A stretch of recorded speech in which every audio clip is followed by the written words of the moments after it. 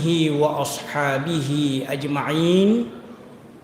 Subhanaka la ilma lana illa ma 'allamtana innaka antal alimul hakim. Bapak Ibu hadirin wal hadirat sining tomo-tomo lebikeun silusur seleng insyaallah si mataria masyrifallahu subhanahu wa ta'ala. Puji syukur tak terhingga, sepatutnya seharusnya senantiasa kita panjatkan kehadirat Allah subhanahu wa ta'ala. Salawat dan salam senantiasa kita kirimkan kepada baginda Nabiullah Muhammad sallallahu alaihi wasallam. Allahumma salli wa sallim wa barik alaihi wa ala alihi. Semoga kita kesemuanya menjadi pengikut setianya yang akan mendapatkan syafaat, yang akan mendapatkan pertolongan dari baginda Nabiullah Muhammad sallallahu alaihi wasallam. Amin ya rabbal alamin. Hadirin wal hadirat yang dimuliakan Allah Subhanahu wa taala serta anak-anakku sekalian. Mengawali ceramah ini saya menyampaikan dulu apa temanya, karena biasa anak-anakku sekalian ada tugas dari sekolah yang perlu untuk mencatatkan judulnya. Ya, judulnya itu adalah mendekatkan diri kepada Allah melalui qiyamul lail. Ya. Jadi simpelnya, siapa tahu terlalu panjang judulnya, ditulis saja qiyamul lail. Nah, kemudian selanjutnya saya lihat ada cari-cari anak-anakku sekalian ini. Saya ingin mengajukan pertanyaan, ya, ada beberapa pertanyaan berkaitan dengan tema kita pada malam hari ini. Ini pertanyaan ini saya ajukan kepada anak-anakku yang masih sekolah dasar, karena kalau orang tua tidak cocok ini, karena bagi orang tua itu semuanya sudah mudah. Ya. Pertanyaan saya yang pertama untuk anak-anakku sekalian. Kira-kira sholat apa yang paling susah, paling sulit dikerjakan dari sholat 5 waktu ini? Zuhur, asar, maghrib, isya, subuh. Kira-kira waktu apa nak? Ya, oh berarti alhamdulillah kalau tidak ada yang susah ya, tidak ada yang sulit.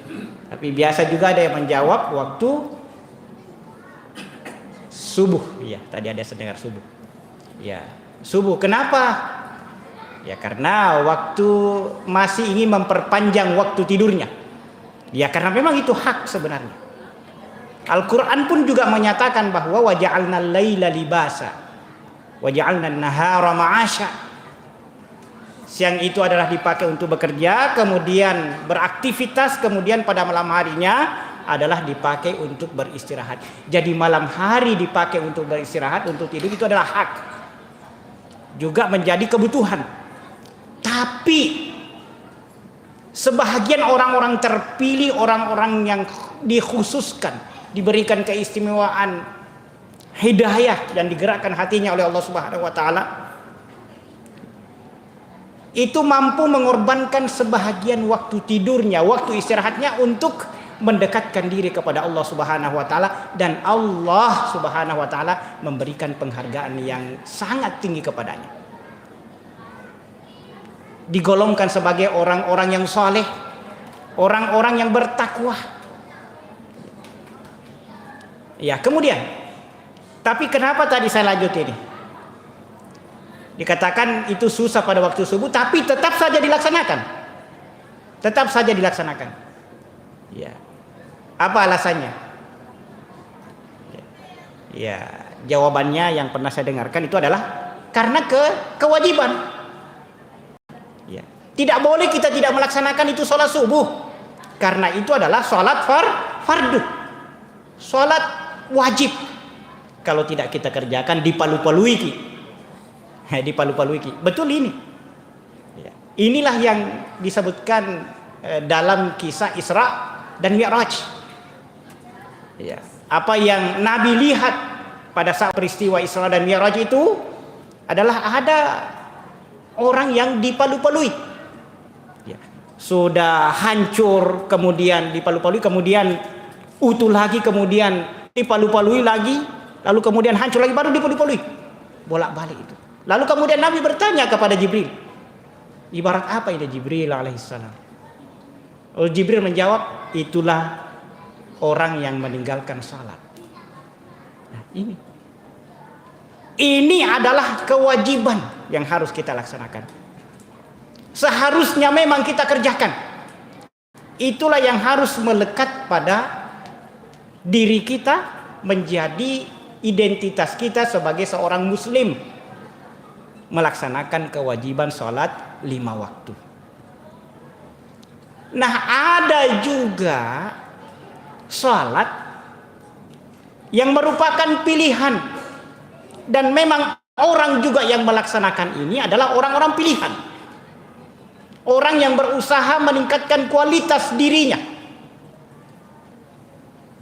Nah, termasuk di dalamnya ini adalah qiyamul lail. Ya. Pengertiannya secara umum, ya. Ada juga pengertiannya secara khusus. Pengertiannya secara umum adalah menghidupkan malam-malam untuk beribadah kepada Allah Subhanahu wa taala dengan berbagai aktivitas ibadah. Ada salat, ada zikir, ada mengaji, ya. Ada sedekah, ya. Ada i'tikaf, ya. Kemudian termasuk juga di dalamnya para ibu-ibu serta ananda remaja putri yang menyiapkan makanan sahur, ya, karena dipakai untuk beribadah, persiapan puasa. Pengertiannya secara khusus adalah salat malam, ya. Mendirikan salat malam. Pikiran kita tertuju langsung kepada salat tahajud. Ya, betul. Tapi itu rupanya baru salah satunya, ya. Jadi salat tahajud itu, ya, qiyamul lail itu termasuk di dalamnya beberapa jenis salat. Salah satu yang utamanya adalah salat tahajud. Dan ada yang ada khusus di bulan suci Ramadan, namun tidak terdapat di luar bulan suci Ramadan. Yang pertama adalah dari qiyamul lail itu adalah salat, ya, qiyamul lail ini salat tarawih. Nah, jadi kita tergolong. Jadi kalau bagaimana ada biasa jadi qiyamul lail? Biasa, alhamdulillah. Salah satunya adalah salat tarawih. Nah, jadi jangan sampai tinggalkan ini. Salat tarawih kita tidak melaksanakan satu malam karena kita tidak tahu apakah kita masih ditakdirkan, diberikan umur panjang oleh Allah dapat bertemu dengan bulan suci Ramadan di tahun yang akan datang. Nah, ini bagaimana, ya, pelaksanaannya, rakaat minimalnya dan rakaat maksimalnya dalam perspektif, dalam pandangan Imam, ya, mazhab Syafi'i. Karena ini mazhab yang paling dominan, ya, mayoritas kita di Indonesia. Itu minimalnya 2 rakaat, ya, maksimalnya ada yang 8 rakaat, ada yang melaksanakannya 20 rakaat. Dasarnya semuanya ada. Apa yang dilaksanakan oleh baginda Nabiullah Muhammad SAW dan apa yang dilaksanakan oleh muridnya Nabi, sahabatnya Nabi, yakni Khalifah Umar bin Khattab. Sebagai murid, beliau itu tidak mungkin melaksanakan sesuatu yang bertentangan dengan apa yang diajarkan oleh Nabi. Dan Umar bin Khattab itu adalah orang yang dibocorkan oleh Nabi adalah salah satu dari yang 10 akan masuk surga, dijamin masuk surga. Ya, tidak mungkin. Jadi itu dasarnya. Ada yang 8, ada yang 20 kita laksanakan, ada yang, ya. Kemudian hadirin muliakan Allah Subhanahu wa taala. Berikutnya adalah salat witir. Kalau tarawih ini hanya ada di bulan suci Ramadan. Salat tarawih ini ada hanya di bulan suci Ramadan. Ya. Berikutnya adalah salat witir. Salat witir ini ada di dalam bulan suci Ramadan, demikian juga ada di luar bulan suci Ramadan. Ini bagaimana pelaksanaannya? Ya. Rakaatnya itu dalam mazhab Syafi'i disebutkan minimalnya adalah 1 rakaat, maksimalnya 11 rakaat. Bagaimana pelaksanaannya?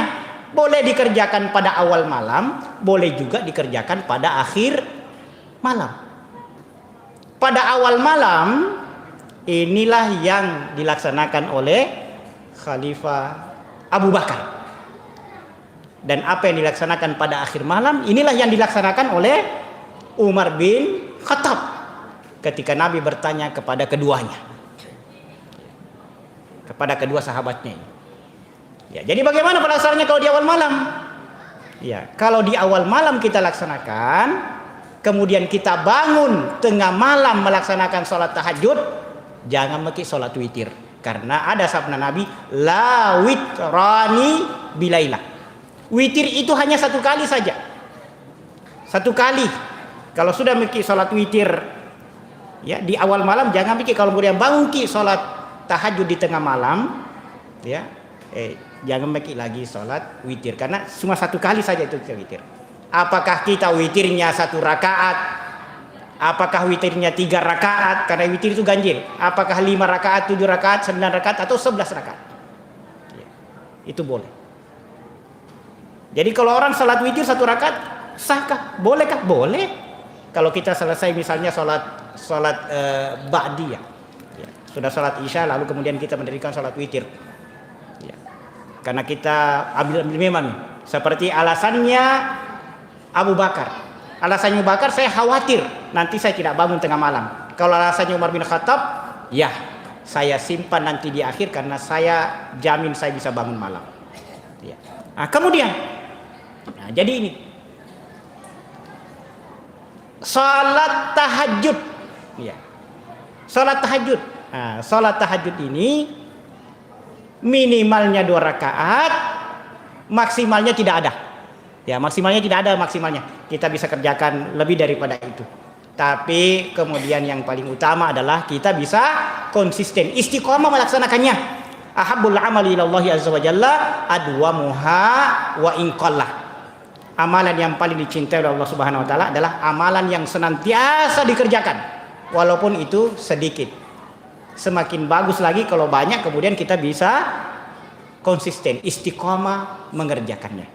Hadirin yang dimuliakan Allah Subhanahu wa taala, semoga kesemuanya kita ini mendapatkan hidayah, mendapatkan petunjuk, ya, sehingga kita ringan melaksanakan qiyamul lail ini.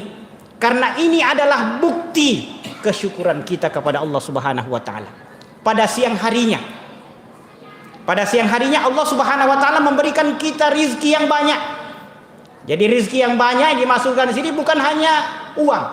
Rizki itu banyak. Termasuk adalah diberikan karunia nafas, karunia kehidupan, karunia kesehatan, karunia kesempatan, karunia bisa berduduk bahagia bersama dengan keluarga. Itu semuanya adalah rizki. Makanya sebagai tanda terima kasih kita mengorbankan waktu kita pada malam harinya untuk sedikit mendekatkan diri kepada Allah Subhanahu wa taala. Dan ini orang yang mengerjakan qiyamul lail, sholat tahajud, sholat witir itu, apalagi witir itu adalah termasuk sholat sunnah muakkad. Sunnah muakkad itu tidak pernah ditinggalkan oleh Nabi, selalu diperhatikan untuk dikerjakan. Ya, hadirin yang dimuliakan Allah Subhanahu wa taala, karena kita terbatas waktu, ya, mudah-mudahan kita kesemuanya diberikan hidayah, petunjuknya. Kita diberikan kekuatan, ya, untuk senantiasa dapat ringan dalam melaksanakan ibadah, sehingga kita tergolong sebagai hambanya yang soleh, yang tidak hanya melaksanakan kewajiban saja, tidak hanya melaksanakan fardu saja, akan tetapi kita melaksanakan yang fardu dan juga kita tergerak ringan hati, ringan badan kita untuk mengerjakan yang sunnah-sunnah, sehingga kita menjadi kaum muslimin yang tidak hanya menjadi muslim yang biasa, akan terjadi menjadi muslim mukmin yang luar biasa, yang mendekatkan kedakwaannya kepada Allah Subhanahu wa taala. Kiranya inilah yang dapat disampaikan pada kesempatan ini. Lebih dan kurangnya mohon dimaafkan. Wallahu a'lam bishawab. Wassalamualaikum warahmatullahi wabarakatuh.